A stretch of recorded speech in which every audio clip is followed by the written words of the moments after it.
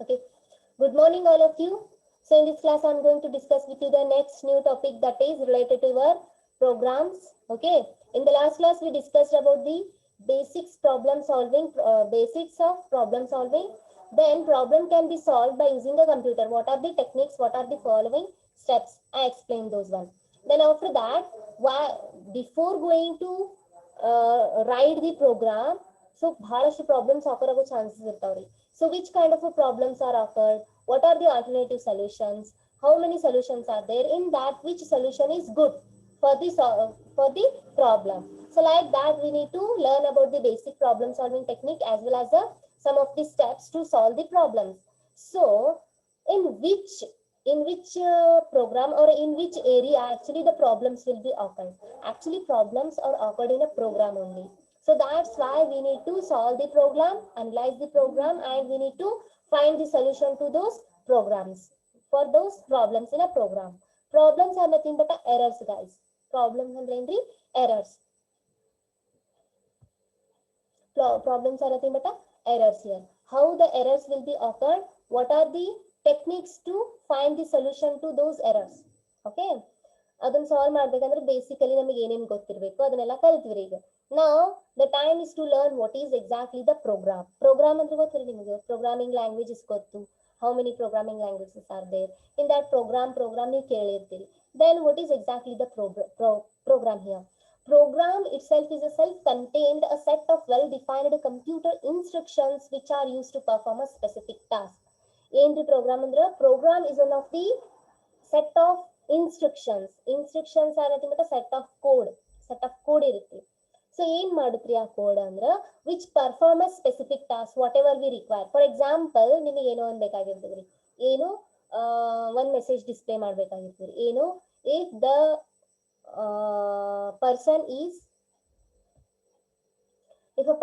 person is more than 18 age, then he is eligible for the vote. If his age is below 18, then he is not eligible for the vote. So ಇದು ಬರ್ಬೇಕ್ರಿ, ಅದು run ಆಗ್ಬೇಕ್ರಿ. Run ಆಗ್ಬೇಕು ಅಂದ್ರೆ ಅದಕ್ಕೆ ಅದು ಹೆಂಗ್ ಆಗ್ಬೇಕ್ರಿ, application ಒಳಗ ಅದು run ಆಗ್ಬೇಕ್ರಿ. ಅದು ಹೆಂಗ್ ಆಗ್ತದ್ರಿ ಅಂದ್ರ ನೀವು ಬರ್ದಿರ್ತೀರಿ, ನೀವು ನೋಡಿರ್ತೀರಿ, ಅದ್ರ ಹಿಂದೆ ಏನ್ ಬರ್ತಾರೆ, ಅವ್ರು code ಬರ್ದಿರ್ತಾರೆ. that code is nothing but a instructions. For example, ನೀವು ಒಂದು ಯಾವುದೋ ಅಪ್ಲಿಕೇಶನ್ ಓಪನ್ ಮಾಡ್ತೀರಿ, ಅಪ್ಲಿಕೇಶನ್ ಒಳಗ as in that you are filling the application that is for the online voting ಸಂಬಂಧ ಹೋಗ್ತೀರಿ. ಹೋದ್ಮೇಲೆ ನಿಮ್ದೆಲ್ಲ ಇನ್ಫಾರ್ಮೇಶನ್ ಎಲ್ಲ ಆಡ್ ಮಾಡ್ತಾರೆ. ಇಲ್ಲಿ ಆಡ್ ಮಾಡಿದ್ಮೇಲೆ ಯುವರ್ ಏಜ್ ಕೇಳ್ತೈತೆ. If you are enter your age is 18 or more than 18, then you are eligible. If your age is below 18, then it is not eligible ಅಂತ ತೋರಿಸ್ಬಿಡ್ತದ್ರಿ. ಅದು ಹೆಂಗ್ರಿ, ಯಾವ ಬೇಸ್ ಮೇಲೆ ಮಾಡ್ರೆ, ಹಿಂದ್ ಕೋಡ್ ಬರ್ದಾರಿ, ಹಿಂದ್ ಏನ್ ಬರ್ದಾರ, ಅದಕ್ಕೆ ಇನ್ಸ್ಟ್ರಕ್ಷನ್ಸ್ ಬರ್ದಾರಿ. That is called as an instructions ರೀ ಅದು. Okay, logic. Program is a self-contained set of well-defined computer instructions. ಹೆಂಗ್ ಡಿಫೈನ್ ಮಾಡಿರ್ತಾರೆ ಆ ಕೋಡ್ ಅಂದ್ರೆ well defined, neatly well defined and very good manner ಅವ್ರನ್ನ ಕೋಡ್ ಬರ್ದಿರ್ತಾರೆ. ಓಕೆ, ಅವು ಏನ್ ಮಾಡ್ತಾವ್ರಿ ಅಂದ್ರೆ which are use to perform the specific task. those are instructions perform the specific task, whatever the tasks are given by the user. Which kind of a task need to be performed, ಯಾವ task perform ಮಾಡಬೇಕು ಅದನ್ನೇ ಕೋಡಲ್ಲಿ ಬರ್ದಿರ್ತಾರೆ. That is called as a program. Okay, program is a collection of instructions. Those instructions perform the some specific task that is required by the user. That's it. Okay, this is called as a program. Now actually how to develop a program ಅಂತದಕ್ಕೆ ಅಂತಾರಂದ್ರೆ ಹೆಂಗ್ develop ಮಾಡ್ತೀರಿ ನಾವು program ಎಲ್ಲ type ಮಾಡ್ತಿದ್ರಿ. Developing a program, how to develop the program in 19th century actually ಏನಾಗೈತ್ರಿ ಅಂದ್ರ lots of improvements have been taken. Okay, in 19th century ಅವಾಗ ಮೊದ್ಲೆಲ್ಲ ಹೆಂಗಿತ್ರಿ ಪ್ರೋಗ್ರಾಮ್ಸ್ ಅಂದ್ರ ಬಹಳ zeros and ones ಒಳಗೆ ಬರೀತಿದ್ರಿ program. 0 1s means what numbers, 0 1 0 1 1 1 0 0. so like that hang ಬರೀತಿದ್ರಿ. but nowadays many improvements, a lot of improvements are happened in a programming languages. You can write the program in your natural language only. What is a natural language? That is English language.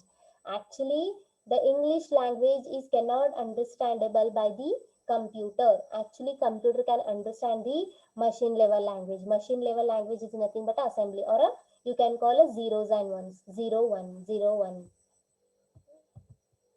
0 1 here, as you can see. Machine can understand only this one. 0 1 1 0 0 1 1 1 1 0 1 0 1 1. So like that. This is actually language. This language is called as a binary language. Only 0 1 0 1 0 1 like this. Hingenri 0 0 1 1 andra A andangri. Okay. 0 0 1 0 hingandra B andangri. Okay, like this. 1 1 0 1. So hingandra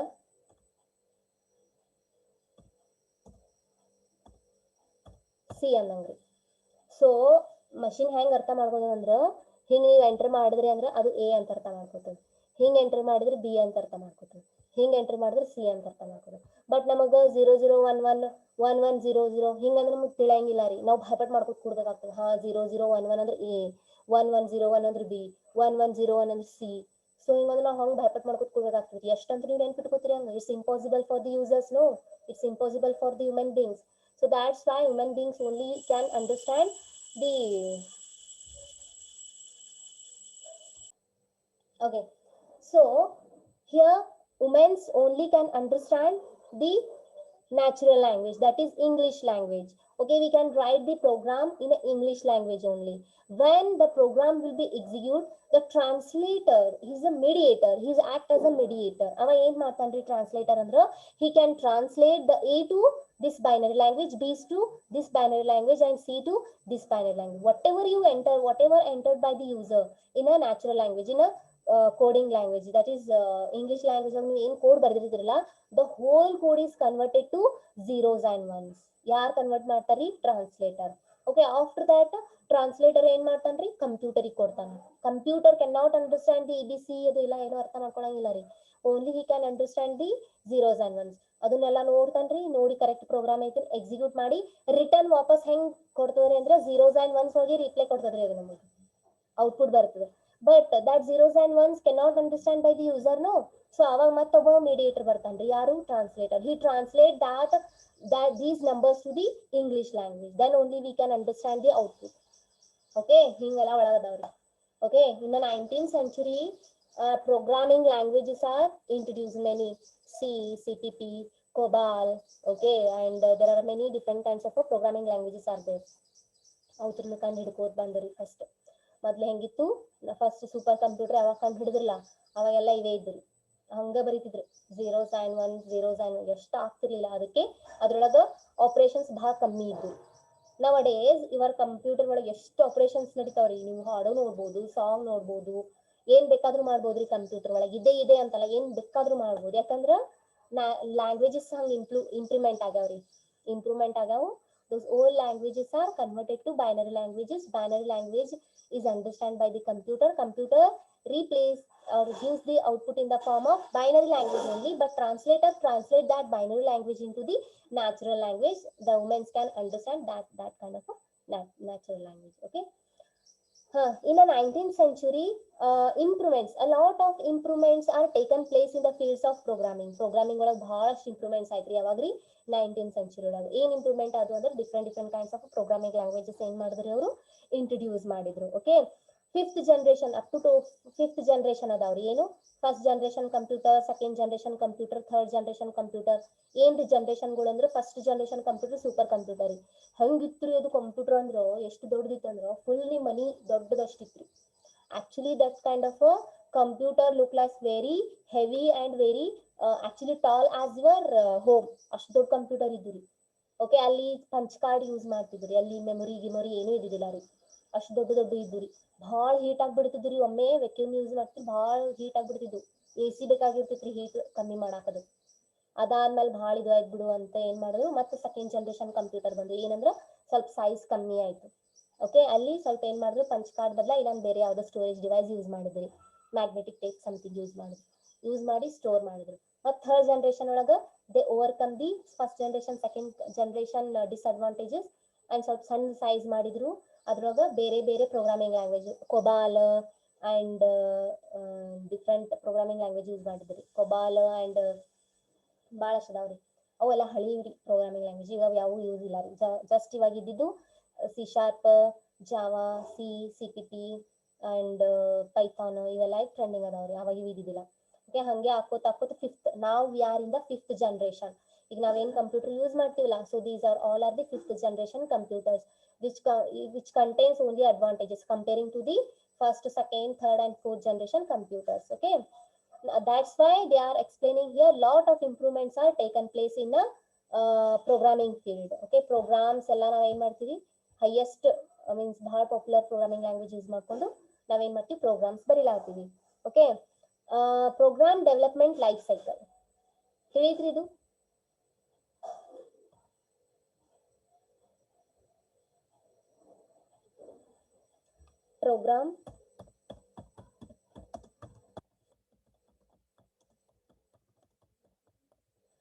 program development life cycle ಏನ್ ಮಾಡ್ತದ್ರಿ ಇದು?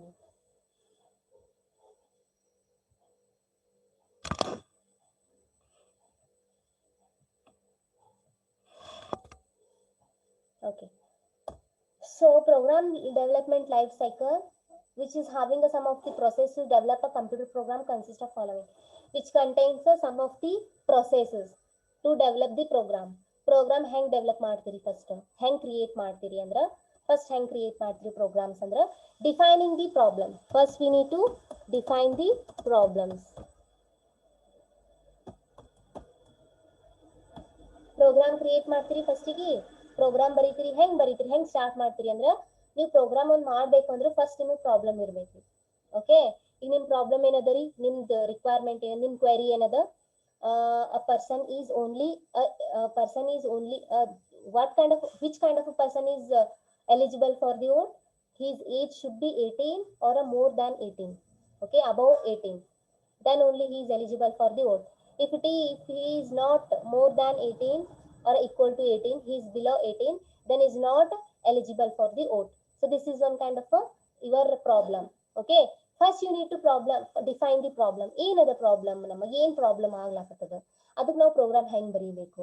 First you need to first step in the program development life cycle is to define the problem, so clearly which decides the goals of achieve. ನಮಗೆ ಏನು ಬೇಕಾಗಿತ್ತು, ನಮಗೆ ಏನು ಗೋಲ್ ಅದ, ಅದನ್ನ ನಾವು ಅಚೀವ್ ಮಾಡೋ ಸಂಬಂಧ ಪ್ರಾಬ್ಲಮ್ ನ ಫಸ್ಟ್ ಡಿಫೈನ್ ಮಾಡ್ಬೇಕ್ರಿ. Then identifying and problems. Okay, defining problem means what, ನಿಮಗೆ ಏನು ಪ್ರಾಬ್ಲಮ್ ಆಗ್ಲತ್ತದ ಫಸ್ಟ್ ತಿಳ್ಕೋಬೇಕು, ಅದಕ್ಕೆ ನೀವು ಏನು ಮಾಡಬೇಕು, ಸೊಲ್ಯೂಷನ್ ಕಂಡು ಹಿಡಿಬೇಕು. Second one is analysing the problem. Analysing the problem.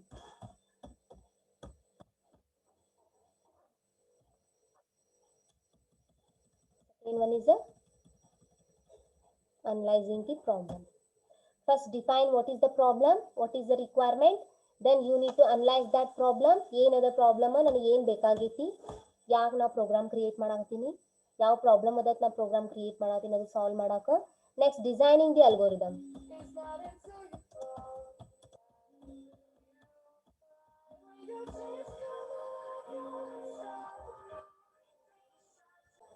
Okay guys, already explained this one. Define the problem. ನಿಮ್ದು ಏನು ಮೊದಲು ಪ್ರಾಬ್ಲಮ್ ಅದ ರೀ. ಓಕೆ, ಆ ಪ್ರಾಬ್ಲಮ್ ನಿಂದ ಏನೇನು ನಿಮಗೆ ಫೇಸ್ ಮಾಡಾಕ ಆಗತ್ತೆ, ಏನು ಫೇಸ್ ಮಾಡಾಕತ್ತೀರಿ ಆ ಪ್ರಾಬ್ಲಮ್ ನಿಂದ. Okay, designing the algorithm. What is algorithm here? Algorithm ಅಂದ್ರೆ ಏನ್ರಿ? Algorithm is actually the step by step process of how the exactly the code will work. Code ಹೆಂಗ್ ವರ್ಕ್ ಆಗ್ತದ ಅದ್ರ ಸ್ಟೆಪ್ ಬೈ ಸ್ಟೆಪ್ ಪ್ರೊಸೆಸ್ ರೀ. Okay, code ಹೆಂಗ್ work ಆಗ್ಬೇಕು ಅಂತ. Problem ಏನದ ಅಂತ ಕಂಡು ಹಿಡಿದ್ರಿ, ಪ್ರಾಬ್ಲಮ್ ಯಾಕೆ ಆಕೋರ್ ಆಗ್ತೈತಿ ಅಂತ ಕಂಡು ಹಿಡಿದ್ರಿ, ದೆನ್ ಈಗ ಸೊಲ್ಯೂಷನ್ ಕಂಡು ಹಿಡಿಬೇಕಲ್ಲ ಆ ಪ್ರಾಬ್ಲಮಿಗೆ, ಅದಕ್ಕೆ ಏನ್ ಮಾಡ್ತೀರಿ, ಅಲ್ಗೋರಿದಮ್ ಡಿಸೈನ್ ಮಾಡ್ತೀರಿ. Babugowda, don't scratch on the screen Appu.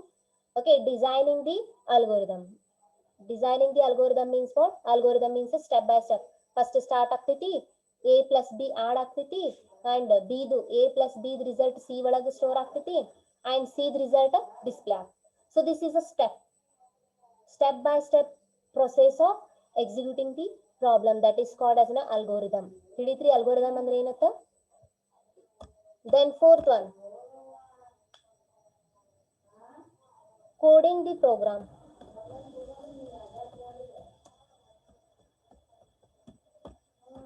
Coding the program means what?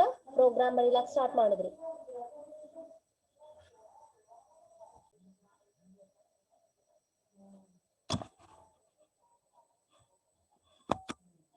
This is called algorithm, guys. Start. START.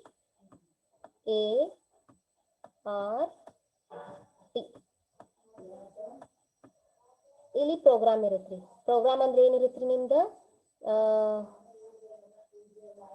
Wide main, ಇದು ಮೇನ್ ಫಂಕ್ಷನ್ ಇರುತ್ರಿ. Okay, in main function opening brace ಹಾಕಿ ಏನ್ ಮಾಡ್ತೀರಿ, ಇಂಟ್ ಪ್ರೋಗ್ರಾಮ್ ಬರೀಲಾತೀನಿ ನಾನು, int A, B. Okay, then C equal to A plus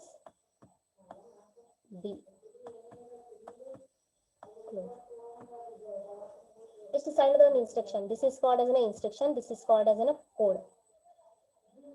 Okay, ಇದು program. ಇದು ಏನ್ ಮಾಡ್ತೀರಿ ಅಂದ್ರ ಹೆಂಗ್ ಬರೀತಾರ ಅಂದ್ರ ಹಿಂಗ್ ಬರೀತಾರ. ಸ್ಟಾರ್ಟ್ ಒಂದ್ ಬಾಕ್ಸ್ ಒಳಗೆ ಹಾಕುದ್ರಿ, ನೆಕ್ಸ್ಟ್ ಇನ್ನೊಂದು ಬಾಕ್ಸ್ ಓಪನ್ ಮಾಡಿದ್ರಿ like this. Okay, sorry,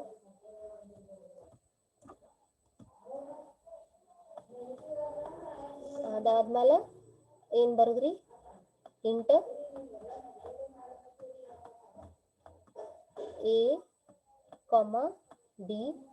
Okay, next C equal to A plus B. Okay, like this. ಈ ತರ ಕೋಡ್ ಬರೀತಾರೆ. ಅಲ್ಗೋರಿದಮ್ ಅಂದ್ರೆ ಇದಕ್ಕೆ ಅಂತಾರೆ. Okay, if it is true, ಇಲ್ಲಿ ನೋಡ್ರಿ, ಇದಕ್ಕೆ ಅಲ್ಗೋರಿದಮ್ ಅಂತಾರೆ. ಈ ತರ ಬರೀತಾರೆ ಅಂದ್ರ this is called as an algorithm. So whatever the instruction is there no, whatever the code is there no, ಅದೇ ಕೋಡ್ ಇರುತ್ರಿ. ಅದೇ ಕೋಡ್, ಅದ್ರ ಸ್ಟ್ರಕ್ಚರ್ ಅಷ್ಟೇ ಬೇರೆ ಇರುತ್ತೆ.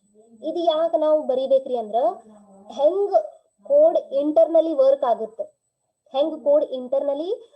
ಆಗುತ್ತೆ, ಅದನ್ನ ಡಿಸ್ಪ್ಲೇ ಮಾಡೋ ಸಂಬಂಧ ಅಲ್ಗೋರಿದಮ್ ಅಂತಾರೆ. ಅದನ್ನ ಈ ತರ ಡಿಸ್ಪ್ಲೇ ಮಾಡಿದ್ರು. ಓಕೆ, ಇಲ್ಲಿ ಐತ್ ನೋಡ್ರಿ. ಈಗ ಇದು ಬಿಡ್ರಿ, ಒಂದ್ ಬೆಸ್ಟ್ ಎಕ್ಸಾಂಪಲ್ ತೋರಿಸ್ತೀನಿ ನೋಡ್ರಿ, ಅಲ್ಗೋರಿದಮ್ ಅಂದ್ರೆ ಏನಂತಾರ ಅಂತ.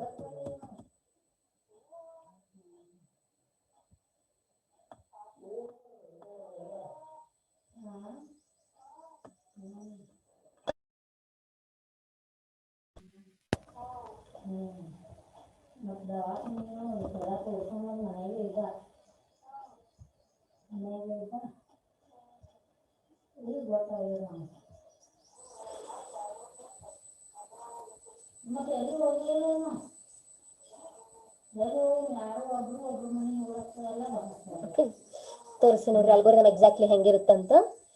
ನಂಗೆ ಪಟ್ ಟೈಪ್ ಮಾಡಕ್ ಆಗತ್ತಿಲ್ಲ ರೀ, ಎಕ್ಸಾಕ್ಟ್ ಆಗಿ ಹೇಳ್ಬೇಕಂದ್ರ. That's why it's late. Record ಆಗತ್ತಿಲ್ಲ, ಪೌಸ್ ರೆಕಾರ್ಡ್. ಅಲ್ಗೋರಿದಮ್ ಎಕ್ಸಾಕ್ಟ್ ಆಗಿ ಎದಕ್ಕೆ ಅಂತಾರ.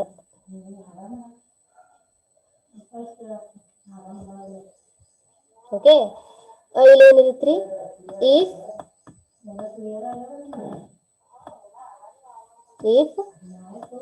Age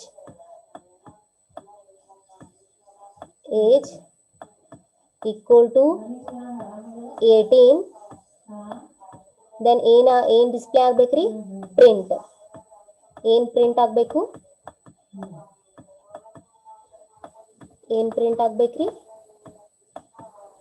eligible for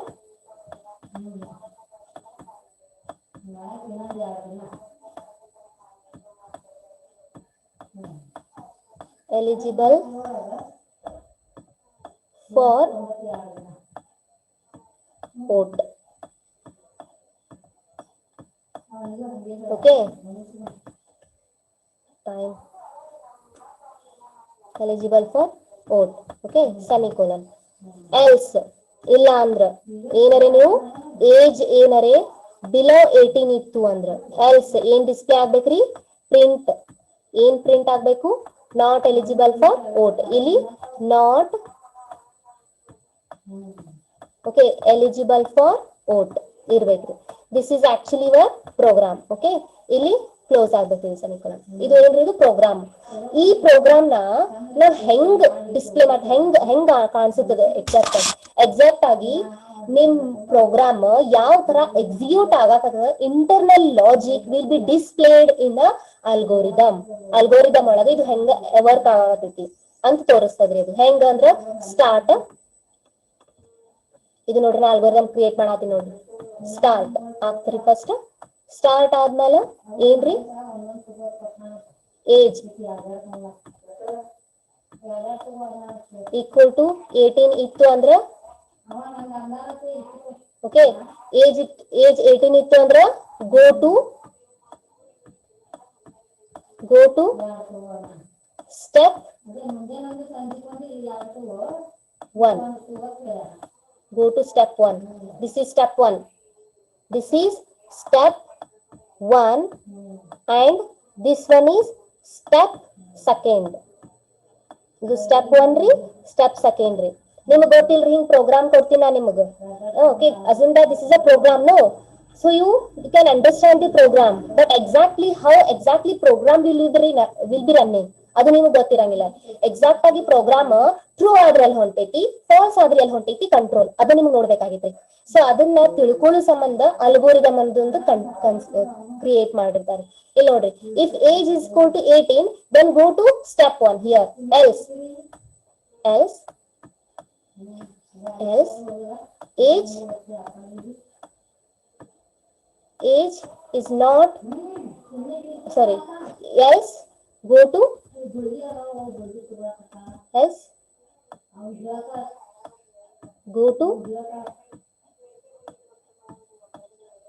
step 2 end. ಇಲ್ಲಿ ಕರೆಕ್ಟ್ ಆಗಿ ಟೈಪ್ ಆಗೋಲಾಗೈತ್ರಿ ಇದು mouse. This is called as an algorithm guys. ಇದು ಎದ್ರ ಮೇಲೆ ಇರ್ತೈತ್ರಿ, this is based on your program only. So ಪ್ರೋಗ್ರಾಮ್ದು ಹೆಂಗ್ ಎಕ್ಸಾಕ್ಟ್ ಆಗಿ ಒಂದ್ ಸ್ಟೆಪ್ ಆದ್ಮೇಲೆ ಇದು ಟ್ರೂ ಆದ್ರೆ ಎಲ್ಲಿ ಕಂಟ್ರೋಲ್ ಹೋಗುತ್ತೆ, ಇದು ಫಾಲ್ಸ್ ಆದ್ರೆ ಎಲ್ಲಿ ಕಂಟ್ರೋಲ್ ಹೋಗುತ್ತೆ. ಸೊ ಎಕ್ಸಾಕ್ಟ್ ಆಗಿ ಲಾಜಿಕ್ ಅದನ್ನ ಎಕ್ಸ್ಪ್ಲೇನ್ ಮಾಡ್ತದ್ರಿ ಯಾವುದು algorithm. So designing the algorithm design ಮಾಡಿದ್ಮೇಲೆ ಆಮೇಲೆ ಕೋಡ್ ಬರಿಬೇಕು. ಓಕೆ, ನೆಕ್ಸ್ಟ್ ಈಸ್ ಅದಾದ್ಮೇಲೆ ನೆಕ್ಸ್ಟ್ ಯಾವ್ದ್ರಿ, designing the algorithm, coding the program. Okay, program code ಬರಿಬೇಕು ಅಂದ್ರ you need to select the appropriate programming language. Okay, code ಬರೀತೀರಿ ಇಲ್ಲೋ, ಕೋಡ್ ಬರೀತೀರಿ. Which language you need to use? English language? No, there are many programming languages are there in the English natural language only. Okay, clear ಆಯ್ತು ಹೇಳ್ತಿದ್ದು guys? Getting or not?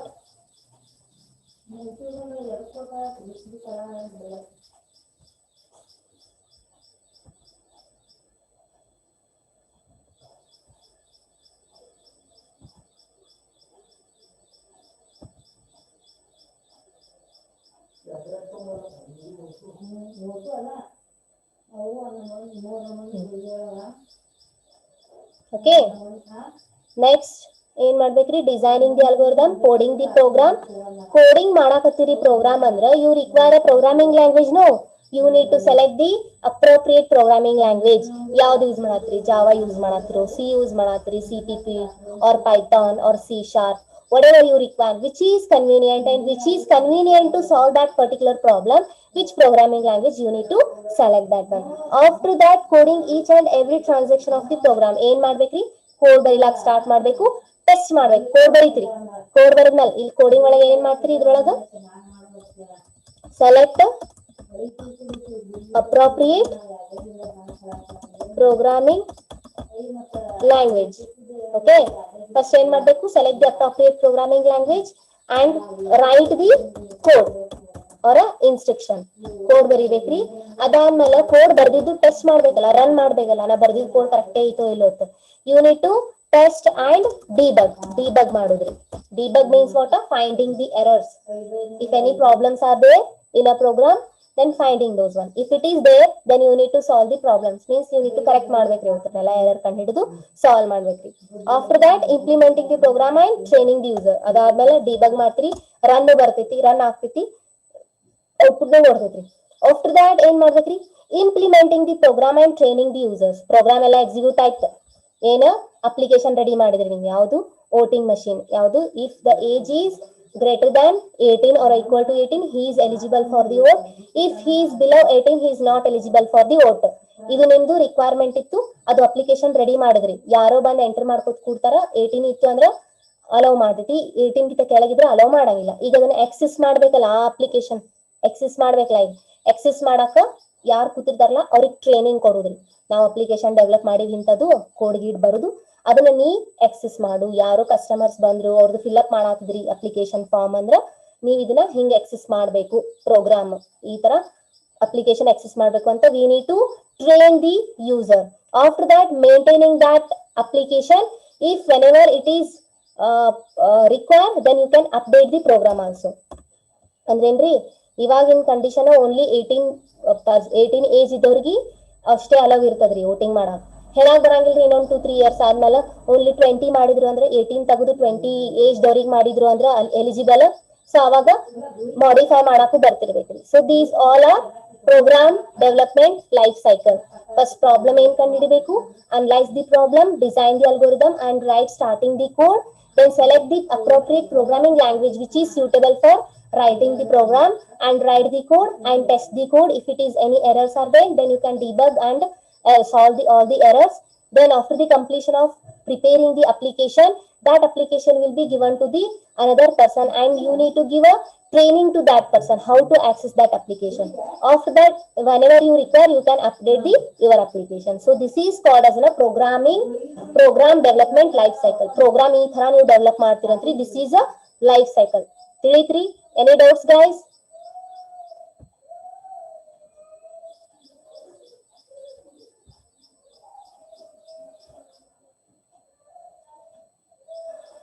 Header file, okay, yes ma'am.